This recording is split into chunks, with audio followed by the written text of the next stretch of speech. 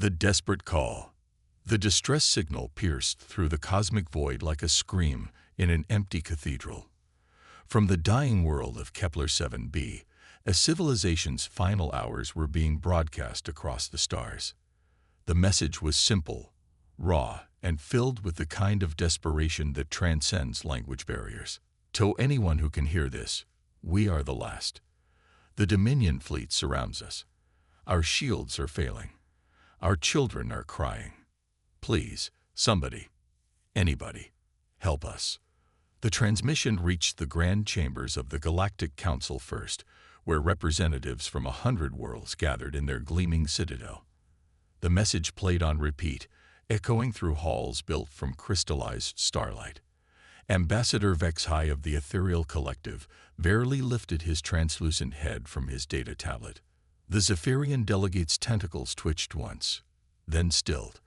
The mechanical representative from the Gear Worlds calculated the cost-benefit ratio of intervention and found it wanting. Kepler 7b is beyond our jurisdiction, announced the council chairman, his voice carrying the weight of bureaucratic indifference. The Outer Rim territories have always been volatile. We cannot risk our forces for a world that chose isolation. The vote was swift. The verdict was unanimous. The fate of Kepler 7b was sealed with a simple notation in the galactic records: assistance denied due to resource allocation priorities. But the universe has a way of ensuring that desperate cries do not go entirely unheard. 3,000 light-years away, in a region of space marked on galactic charts with ancient warnings, "Here be monsters" in a dozen dead languages, the signal found different ears. The Terran Vanguard, humanity's furthest outpost, drifted in the darkness between stars. The station was a relic from a different age, when humanity had first ventured into the galactic community only to retreat in disgust at what they found. Captain Sarah Chen stood before the command center's main view screen, her weathered hands clasped behind her back. The distress signal played for the third time, and her crew watched their captain's face carefully. They knew that look. It was the same expression she wore when she'd made the decision to raid the Slaver's convoy near Epsilon Eridani. Consequences be damned. "How many souls on Kepler 7b?" she asked quietly. "Approximately 7 billion, Captain," replied Lieutenant Martinez, his fingers dancing across the tactical display. "Mostly civilians. The Dominion's been systematically destroying their defense platforms for the past 72 hours. Chen closed her eyes. 7 billion voices about to be silenced. 7 billion stories ending in fire and vacuum. She thought of Earth, of humanity's own history. The times when help hadn't come, when the strong had crushed the weak simply because they could. "Contact Terra Command," she ordered. "Priority 1. Tell them the children are crying." The bridge fell silent. Everyone knew what those words meant. It was the old code, the one that hadn't been used since humanity withdrew from galactic politics 3 centuries ago. The code that meant humanity would act, regardless of consequences. Within hours, the response came not through official channels, but through quantum entanglement communicators that the galaxy didn't even know humans possessed. Admiral John McCready's gruff voice filled the bridge. "Sarah, you know what you're asking. We've kept to ourselves for 300 years. The galaxy thinks we're nothing but Deathworld barbarians who couldn't handle civilized society. They're wrong about us, John. We didn't leave because we couldn't handle civilization. We left because their version of civilization disgusted us. Now there are 7 billion people about to die because that same civilization has decided they're not worth saving." The pause was long. Then, "How many ships do you need?" A smile crossed Chen's face, not a pleasant smile, but one that would have sent shivers down the spines of her enemies had they seen it. "All of them, Admiral. Send everything we've got." What happened next would become legend, though few would believe it who hadn't seen it with their own eyes. From the dead zones of space, from the regions marked as uninhabitable, from the very worlds that the galaxy had deemed too hostile for civilized life, ships began to emerge. Not the sleek, beautiful vessels of the Council races, but brutal, functional things built by a species that had evolved on a world where everything tried to kill you. The dreadnought Prometheus Unbound dropped out of a dimension that technically didn't exist, its hull scarred by journeys through spaces where physics was more suggestion than law. The Carrier Valley Forge emerged from a nebula that sensors insisted was empty, its fighter bays already cycling through pre-flight checks. Destroyers, cruisers, and ships that defied classification alto. The galaxy had forgotten what humans were capable of. They remembered the species as violent, unpredictable, and unsuited for proper civilization. They forgot that humanity had looked at their perfect order, their careful balance of power, their acceptance of necessary evils, and had chosen to walk away rather than become like them. Now humanity was coming back, not to join the galactic order, but to remind it why some things were worth fighting for. The fleet assembled at coordinates that existed in no official star chart. Captain Chen stood on the bridge of the Prometheus Unbound, now wearing the battle armor that had been gathering dust in her quarters. Around her, officers and crew prepared for what everyone knew might be a one-way journey. The Dominion has 300 ships around Kepler 7b, reported the tactical officer. Latest intelligence suggests they've begun planetary bombardment. Time to arrival if we use the forbidden routes. 18 hours, Captain. But those routes, they're called forbidden for a reason. The space-time distortions alone could tear half our ships apart. Chen's smile was grim. Then we'll arrive with half our ships. But we'll arrive angry. The fleet jumped as one, not through the mapped hyperlanes that connected civilized space, but through the screaming chaos of raw space-time that humanity had learned to navigate through sheer stubborn will. Ships shuddered and groaned as reality itself tried to reject their passage. Hulls buckled and reformed. Crew members gritted their teeth as their very atoms threatened to scatter across dimensions. But humans were nothing if not stubborn. They'd evolved on a world that threw everything it had at them. Predators, diseases, natural disasters, and they'd not only survived but thrived. A little thing like the fundamental forces of the universe trying to tear them apart wasn't going to stop them now. In the Galactic Council chambers, alarms began to sound. Sensors detected massive gravitational distortions moving through regions of space that were supposed to be impassable. The Council chairman looked at the readings in disbelief. What in the void's name are they doing? The human observer, who had sat silent in the Council chambers for 3 centuries, stood for the first time in living memory. Ambassador James Wright was old, ancient by human standards, but his voice carried the weight of prophecy.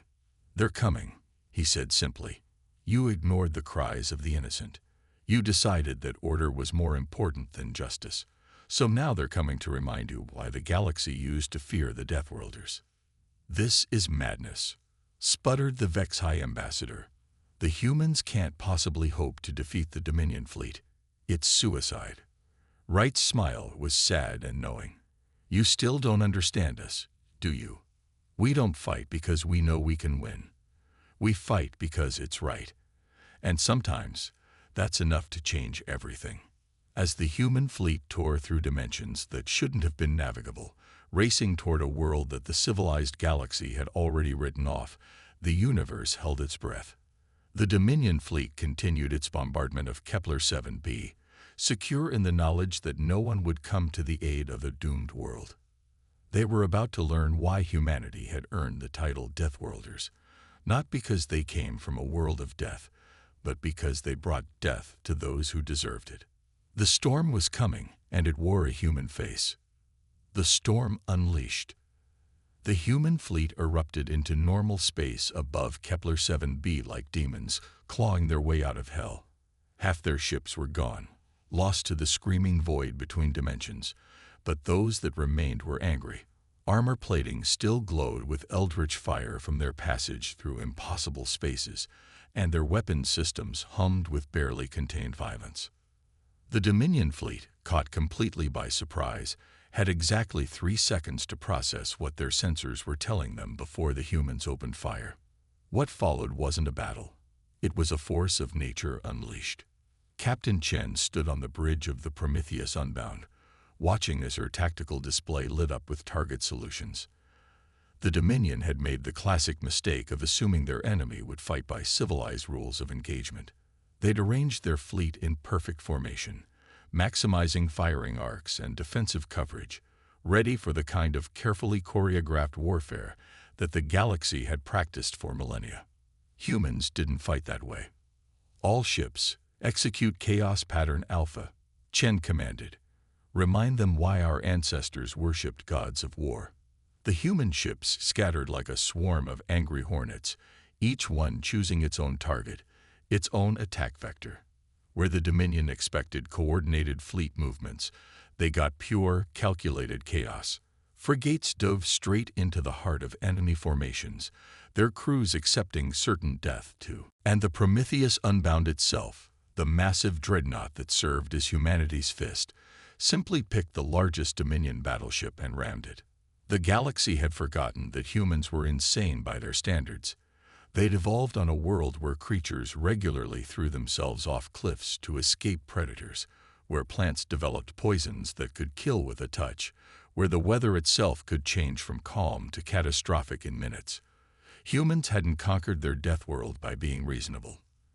They'd conquered it by being more unreasonable than anything trying to kill them.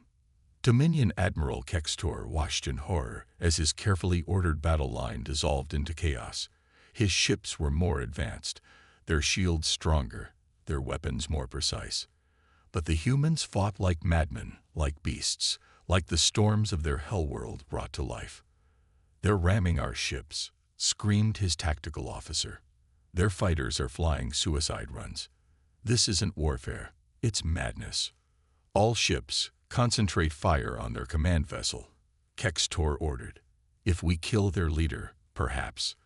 His words were cut short as the Prometheus Unbound smashed through his flagship's shields like they were tissue paper. The human dreadnought's specially reinforced prow, designed for exactly this sort of maneuver, tore through the Dominion vessel's hull. In the brief moment before emergency force fields snapped into place, Kextor saw human Marines in full battle armor pouring through the breach, and he realized with crystal clarity that he had made a terrible mistake. The humans weren't here to defeat his fleet. They were here to send a message. On the surface of Kepler 7b, the inhabitants watched the sky burn. Ships fell like shooting stars, both human and Dominion, their death throes lighting up the atmosphere. But for the first time in days, the bombardment had stopped. The surviving population emerged from their shelters, looking up at the impossible sight of someone, anyone, fighting for them. "Mama, who are they?" asked a young child, pointing at the unfamiliar ship designs engaged in brutal close-quarters combat above their world. The mother, who had been preparing to explain to her child why they were all going to die, found herself without words. The galaxy had abandoned them. The Council had declared them unworthy of salvation. Yet here were ships dying in their defense, crews sacrificing themselves for people they'd never met. The answer came from an unexpected source. Every communication device on the planet suddenly activated, broadcasting on all frequencies. The voice that spoke was human, speaking perfect standard, but with an accent nobody could quite place. "People of Kepler 7b, this is Captain Sarah Chen of the Terran Navy. We heard your call for help. We're here to answer it. Take shelter and stay strong. The Deathworlders have come, and we don't abandon those who cry for help." The battle raged for 6 hours. 6 hours of pure, concentrated violence that shocked even veteran military observers. The humans fought without regard for their own survival, but with a tactical genius that defied their apparent madness. Every suicide run served a purpose. Every ram created an opportunity. Every desperate gambit moved them closer to victory. When the dust settled, the Dominion fleet was gone. Not merely defeated, erased. Of 300 ships, not one escaped to tell the tale. The human fleet had paid a terrible price. Barely a third of their ships remained combat-capable, but they held the field. In the Galactic Council chambers, pandemonium reigned. The impossible had happened. A fleet from the Deathworlds had emerged from nowhere, destroyed one of the galaxy's premier military forces, and saved a world that everyone had written off. Ambassador Wright stood calmly amidst the chaos, fielding questions and demands from 100 different species. "This is an act of war," shrieked the Dominion representative. "The humans have violated every treaty, every agreement." "What treaty?" Wright asked calmly. "Humanity withdrew from all galactic treaties 3 centuries ago. We're not bound by your rules anymore. We never agreed to stand by while innocents die." "But the precedent," began the council chairman. "The precedent," Wright interrupted, his voice carrying steel beneath its calm exterior, "is that the galaxy once again has a conscience. You've grown too comfortable with necessary evils, too willing to sacrifice the weak for the convenience of the strong. Humanity finds that unacceptable." The real shock came when the human fleet didn't leave. They stayed in orbit around Kepler 7b, their battered ships standing guard while emergency supplies flowed to the surface. Medical teams worked around the clock to treat the wounded. Engineers helped rebuild destroyed infrastructure. And through it all, the humans asked for nothing in return. "Why?" asked the planetary governor, meeting with Captain Chen in what remained of his capital city. "Why did you come? We have nothing to offer you. We're nobody in the grand scheme of things." Chen looked out at the city, where human medics worked alongside local doctors, where Terran engineers shared technology freely, where warriors who had just fought like demons now played with children in the rubble. "That's exactly why we came," she said. "Because you're nobody. Because the galaxy decided you weren't worth saving. Because when you cry for help, everyone else turned away." She turned to face him fully, and in her eyes, he saw the iron will that had driven a species to conquer their death world, and then choose isolation rather than become like their neighbors. "Humans have a saying," she continued. "The only thing necessary for the triumph of evil is for good people to do nothing." The galaxy forgot that. We didn't. The aftermath changed everything. Species across the galaxy watched the footage of human ships throwing themselves into certain death to protect strangers. They heard the stories of human medics refusing to leave wounded aliens even under bombardment. They saw the bills for the massive rescue effort, sent not to Kepler 7b but to the Galactic Council itself, with a simple note: invoice for services the Council deemed unnecessary. The Deathworlders had returned to the galaxy, but not as conquerors or members. They came as something far more dangerous to the established order, a conscience with teeth. In the following months, more distress calls were answered. Pirates found their victims suddenly had protectors. Slavers discovered that certain shipping routes had become fatally dangerous. Worlds under threat of invasion woke to find human ships in orbit, asking nothing more than, "Do you need help?" The Galactic Council tried to regulate it, to bring humanity back into the fold where they could be controlled. They offered membership, trade agreements, technology exchanges, anything to get the humans to play by the rules again. Ambassador Wright delivered humanity's response in person. "You had your chance," he said, standing before the assembled representatives.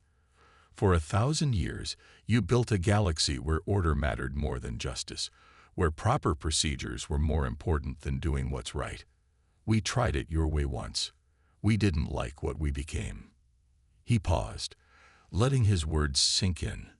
"So now we'll do it our way. When someone cries for help, we'll answer. When the strong prey on the weak, we'll intervene. When you decide that maintaining the status quo is more important than saving lives, we'll remind you why the galaxy once called us Deathworlders." The council chairman, the same one who had dismissed Kepler 7b's pleas, leaned forward. "And if we try to stop you?" Wright's smile was thin and dangerous. "You're welcome to try.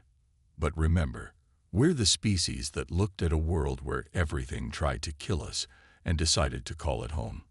We're the ones who stared into the void between dimensions and figured out how to use it as a shortcut. We're the Deathworlders who chose exile rather than compromise our principles." He turned to leave, then paused at the door. "You called us barbarians once," said we were too violent, too unpredictable for civilized society. You were half right. We are violent when violence is called for. We are unpredictable by your standards. But barbarians? No, we just have a different definition of civilization. As Wright walked away, leaving the council to contemplate humanity's new role in the galaxy, ships across human space received a simple update to their standing orders. When they cry for help, we answer. When they call us Deathworlders, we prove them right. When they need a storm, we bring the fire. The galaxy would never be the same. The Deathworlders had returned, not as conquerors, but as guardians, not as members of the established order, but as its conscience. And when the next world cried for help, when the next voice echoed across the void begging for salvation, they would learn what Kepler 7b had discovered. Sometimes the monsters under the bed are exactly what you need to fight the monsters at the door. The age of careful neutrality was over. The storm had been unleashed, and it wore humanity's face. And somewhere in the void, Captain Sarah Chen stood on her bridge, looking out at the stars, waiting for the next cry for help. Because that's what Deathworlders do.